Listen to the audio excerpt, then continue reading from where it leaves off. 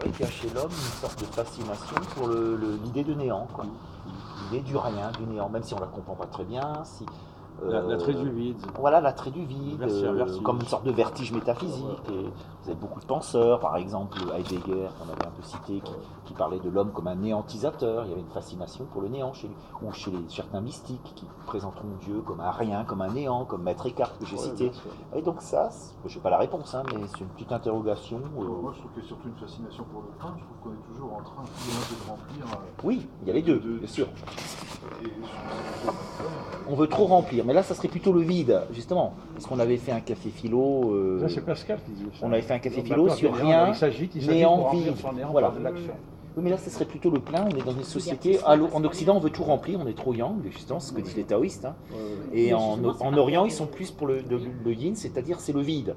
Parce que on fait quand même une erreur en Occident, justement, et ça serait peut-être intéressant d'en parler, on a tendance à se tromper quand on parle de la philosophie orientale, parce qu'on a nos schémas préconçus typiquement occidentaux. Par exemple, quand on dit que le nirvana, par exemple, c'est la flamme qui s'éteint sans s'éteindre, hein, c'est paradoxal. On va le traduire par néant, c'est une très mauvaise traduction, nothingness, hein, traduction anglaise qui donnera néant en français. C'est un vide, c'est une vacuité pleine ou une plénitude vide. Donc il vaut mieux garder le mot nirvana, comme le Tao, si on essaie de le traduire, on le trahit, ce que dit d'ailleurs très bien Lao Tzu. C'est comme le vide physique, le vide physique est plein. Et plein, voilà. Exactement. On appelle vide, mais il est plein. Donc la vérité serait paradoxale, je trouve, et qu'effectivement on pourrait dire, bah oui, peut-être que justement il y a rien. Mais ce rien n'est pas rien, peut-être, paradoxalement. Des espaces infinis, là, je ne sais plus quel poète. C'est Pascal. C'est Pascal.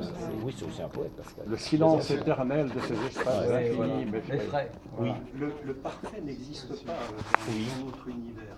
Alors, moi, je parle de principe. Le parfait n'existe pas. Ça demande s'il n'y avait que du parfait, c'est-à-dire le monde ne pourrait pas exister à partir de ce moment-là. Ça c'est très important. Et l'univers ne serait pas.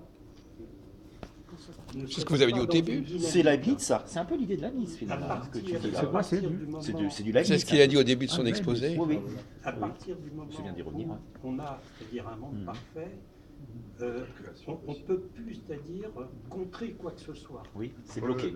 C'est bloqué. Tout est bloqué. Et C'est le cristal parfait. La vie se situe entre le cristal et la fumée. D'ailleurs, il y a un bouquin de je ne sais pas qui. Ah oui, Henri Atlan, entre le cristal et la fumée. Ah, tiens. Le cristal parfait, c'est Belle l'ordre métaphore. absolu. La fumée parfaite, c'est le désordre absolu. La vie, c'est entre les deux. C'est un compromis entre l'ordre et le désordre. Ah bah, mais si, intéressant. alors Comme justement, métaphore. avec cette métaphore, si on n'avait que du cristal uniquement, il est certain que tout se scléroserait, tout s'arrêterait, tout s'agglomérerait et il n'y a plus de possibilité, nécessaire, c'est-à-dire d'avancement dans le monde. Et c'est impossible. Donc, il faut par conséquent qu'il y ait, c'est-à-dire un grain de sable quelque part dans tous les systèmes.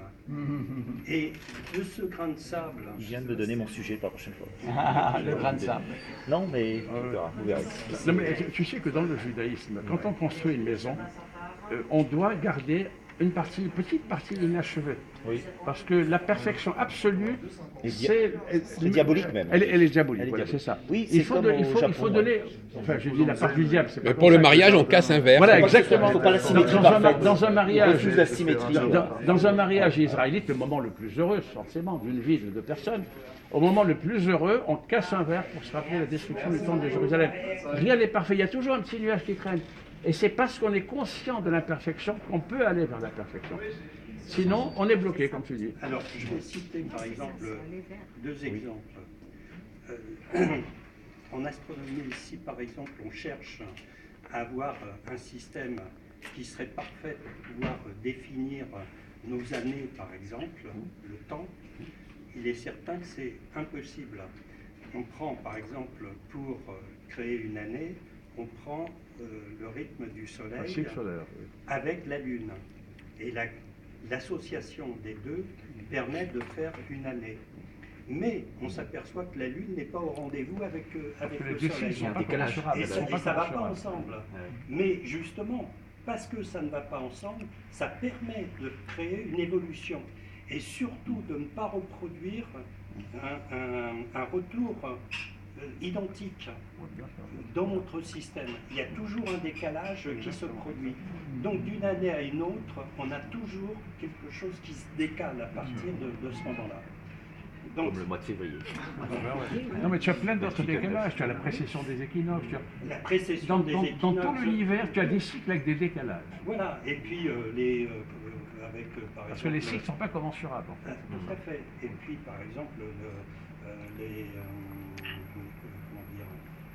la période glaciaire, je ne sais plus, c'est tous les 10 000 ans, tous les Oui, c'est 50 ça, à peu 000 ans. près, voilà. De toute façon, on se retrouve avec un décalage qui se crée, c'est-à-dire sur le plan climatique. Non, mais Donc, si la Terre avait un axe parfaitement défini par rapport au plan de l'écliptique, il n'y aurait pas de saison. C'est parce que la Terre est légèrement penchée. Bah, absolument. C'est à cause de l'imperfection de l'inclinaison de la Terre qu'il y a des saisons. Ouais. alors maintenant, je vais parler d'un sujet qui n'est peut-être pas philosophique, mais qui permet justement de bien saisir aussi tous ces rythmes et qui sont justement dans une imprécision pour pouvoir faire évoluer les choses.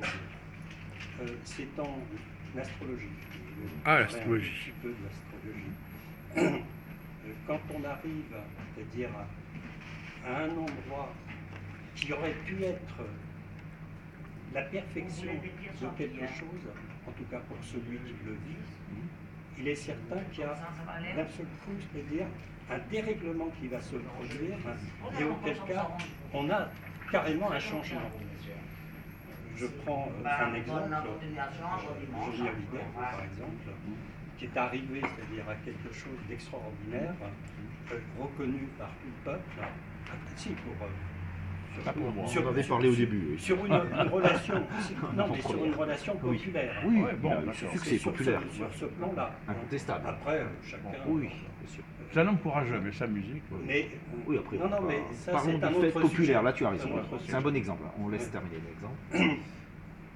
Juste au moment, peut-être, au moment de sa gloire, d'une certaine manière, parce qu'on peut dire, pour autant qu'il a été reconnu, par rapport à, quand même à des qualités, pour certains qui aiment ce type de musique, voilà. Mais il est certain qu'il était particulièrement reconnu. Comme par hasard, voilà, Il y a un cancer, il a un cancer et il meurt, etc. En pleine gloire, en quelque sorte. Je vais citer un autre cas. Oui, souvent c'est comme ça. Strauss-Kahn, Oui. Ah oui, lui aussi. à un moment C'est donné, pareil. Frappé en pleine gloire. pleine gloire, etc. Et hop, il se retrouve, c'est-à-dire avec... La roche C'est comme si tarpéienne est quelque proche chose du en pot. lui le faisait fauter. Mort politique. Non, mais c'est comme si quelque chose d'intérieur à lui le faisait fauter. Mais c'est peut-être la pulsion de mort de Sigmund Freud qui La est pulsion géniale. de mort, La exactement. pulsion de mort, C'est la Thanatos. pulsion de mort Je crois qui que peut c'est la agir pulsion de mort. au niveau psychologique chez Pareil, Strauss-Kahn, au même niveau un- physiologique chez Pour un Hallyday. cancer, on pourrait faire un lien, Voilà, éventuellement. exactement. Non, mais je dis crois pas- que c'est ça. C'est un peu délicat de dire ça, mais pourquoi pas. ouais. Là, je pourrais Pulsion de mort. étendre mon sujet en expliquant les pourquoi, les raisons, etc. Mais bon, c'est pas le sujet ce soir. Oui. Oui, oui. Et je vais faire un petit tour. Voilà. Ah d'accord, tu veux te glisser. Voilà. Ah oui, Non, non, mais tu peux juste tirer ta table. Ah oui, tirer la table, oui. Voilà. Et c'est un canal. Tu vois un canal. Canal de Suez. Passage, voilà. Je vais Comme t'es pas très gros, ça un tu break passes. de 2 minutes, là, pardon. Oui. De toute façon, on arrive au mot de la fin, hein, parce qu'il est pratiquement Attention, faut être là avant le mot de la fin. Oui. On va meubler un peu jusqu'à ce que tu reviennes pour les mots de la fin. ouais. Il faut remettre. Non, on laisse comme ça. Et Oui. Le On troisième continue à exemple. écouter, alors voilà. Ouais. Le troisième exemple, ça c'est pour Jean-Luc, Oui. c'est Nietzsche. Je prends lui Oui, parce que c'est bien ton exemple. Ça me... Voilà, parce que j'allais en dire un mot en mot de la fin, donc Oui. c'est bien. Oui. Et justement, partant aussi de ce personnage Mhm. qui m'a intéressé d'ailleurs à ce sujet, j'ai lu ton Oui, bouquin. oui, je me Voilà. rappelle, oui. Et lui aussi, il est pris justement dans ce principe où il tente d'arriver, pour lui, d'ailleurs il a cité, tu l'as cité dans un poème qu'il a écrit, c'est un labyrinthe, Ah oui, le labyrinthe. le labyrinthe de Dionysos, et il se trouve, c'est-à-dire complètement acculé, et dans ce labyrinthe, il ne trouve plus la sortie, et à partir de ça, on peut imaginer que c'est la folie qui le prend à partir de ce moment-là. parce qu'il était arrivé justement à quelque chose de totalement, c'est-à-dire Parce que à trop parfait. l'apogée Oui. à l'apogée du personnage. Oui, oui. Intéressant. Oui. Astrologiquement, on le voit très très bien. Oui, puis en même temps, c'est un personnage quand même, je rajoute, de la pulsion de mort, je le dis, hein, puisqu'il y a toute une approche psychanalytique aussi du personnage dans mon ouvrage. Mais j'ai trouvé, oui, tu as ton exemple sur Nietzsche aussi. Les trois étaient bons, mais celui de Nietzsche est même, pour moi, le plus convaincant, quoi, forcément, hein, puisque je suis dans mon Nietzsche. Mais ça nous éclaire, c'est bien. Donc, on va commencer le tour de table, parce qu'il